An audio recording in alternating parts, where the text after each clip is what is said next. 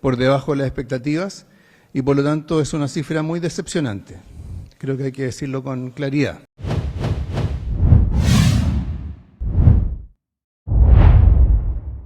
Un enorme fracaso para el gobierno de Gabriel Boric y en particular la mala gestión del ministro de Hacienda Mario Marcel, pero que trae también pésimas noticias para Chile. Eso es lo que se ha mostrado con los últimos números de crecimiento económico que estuvieron muy por debajo de lo esperado y que al mismo tiempo ha significado una humillación bien grande para el gobierno, tanto así que el mismo Marcel, que se burlaba de aquellos que decían que no iba a haber crecimiento, incluso iba a haber estancamiento y caída, y que decía, no, si estamos cada vez mejor, todo muestra que estamos cada vez mejor, tuvo que salir a reconocer que los números son bastante malos y miren un poco su actitud, con una disposición bien derrotada. Lo que yo diría es que es un IMASEC claramente negativo, no en el número, sino que negativo por el hecho de estar por debajo de las expectativas y por lo tanto es una cifra muy decepcionante. Creo que hay que decirlo con claridad. Con esta cifra lo que uno puede decir es que el 2,6% de crecimiento que esperábamos para este año ya no se va a poder cumplir. Todo esto por los últimos números del IMASEC, por los últimos datos económicos que fueron bien malos, con el último resultado que muestra un crecimiento de un 0%. Que tomen en cuenta que eso no es como que todo sigue igual. Un país para mantenerse más o menos igual requiere un crecimiento de mínimo un 1,5-2%. ¿Por qué? Porque hay inflación también, porque hay otros problemas económicos, hay alzas de precios por temas inflacionarios como por otras materias y al mismo tiempo se dan una serie de problemáticas en esa área que tienen que ver con el hecho de mantener una estabilidad económica que requiere cierto crecimiento. Entonces, si todo se mantuviera igual, no peor ni mejor, igual, requiere un crecimiento entre 1,5 y 2%. Que tú estés creciendo cero, no es que está estancándose todo, es que las cosas están igual encareciéndose, las cosas están empeorando, pero podrían ser mucho peor porque podrías estar decreciendo, o sea, perdiendo actividad económica. Entonces los precios suben, pero hay poco desarrollo económico, más bien nulo, 0%. Pésimos números y que muestran que estas expectativas de recuperación y de crecimiento económico que tenía el gobierno no se van a cumplir. El mismo Marcel reconoció que ese crecimiento de 2,6% que él estimaba que iba a haber para este año ya es imposible, ¿no?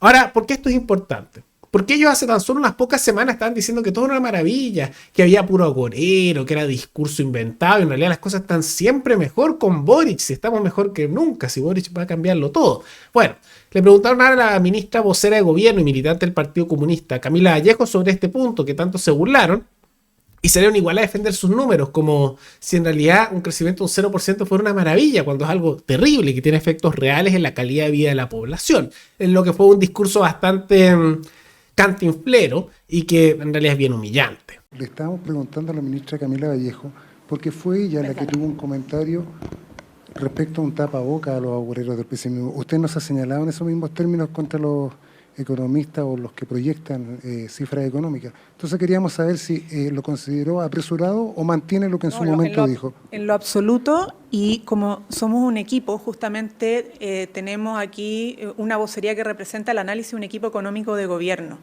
Y sí ha sido un tapaboca, porque como lo dijo la ministra Jara, hemos tenido personas y personeros, líderes de opinión política y económica, supuestamente, que han señalado que el país decrecería.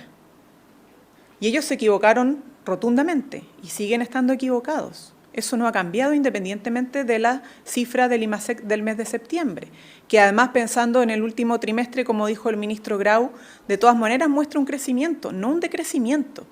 Entonces, el reconocer que Chile crece y al mismo tiempo señalar que tenemos desafíos por crecer más, no es ser irreal, es ser sumamente realista, ¿no?, frente a discursos o relatos que se imponen en el plano simplemente discursivo, que buscan crear la sensación de que Chile está estancado o retrocediendo. Los intereses y las motivaciones de ese discurso desconozco, pero la verdad es que Chile ha ido avanzando y eso no implica desconocer que todavía tengamos un futuro por delante que mejorar en materia de crecimiento económico. Por lo mismo, el gobierno, reconociendo aquello, está empujando distintas iniciativas que es la agenda legislativa pro crecimiento e inversión, pero también son los gabinetes pro crecimiento y empleo. Recordemos que hace poco tiempo atrás cerramos el primer ciclo de gabinetes pro crecimiento y empleo porque se desarrollaron en todas las regiones del país y ahora estamos iniciando la segunda gira por las regiones para ir favoreciendo justamente esa reactivación económica en todo el territorio nacional, que es de la inversión privada a la inversión pública. Por lo tanto, respondiendo a su pregunta, que respondió la ministra, porque aquí estamos todos en la misma línea, ¿no? Obviamente no caemos y no nos compramos el discurso de los agoreros del pesimismo, porque la realidad dista mucho de el discurso.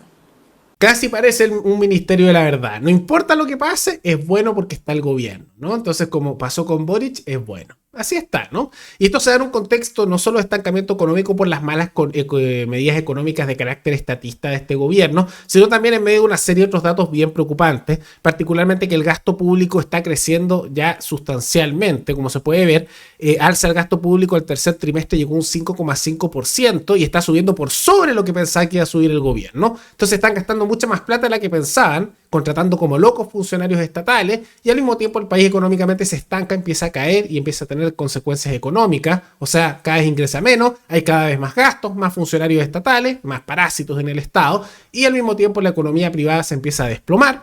Al mismo tiempo que ocurre todo eso, no olvidemos que los ahorros de Chile, los que están se supone para crisis, terremotos, tsunamis o alguna catástrofe económica mundial, este gobierno se los ha estado gastando porque sí, no hay ninguna crisis de carácter excepcional, pero lo han gastado, que es lo que se llama el Fondo de Estabilización Económica y Social, donde ya se han gastado más de la mitad de esos fondos y están sacando de nuevo dinero para poder gastar y tratar de mantener la situación más o menos estable hasta que llegue el siguiente gobierno y le explote la bomba en la cara porque se gastaron todos los ahorros, porque la economía se está desplomando, porque también han tenido un pésimo manejo a nivel del crecimiento del Estado.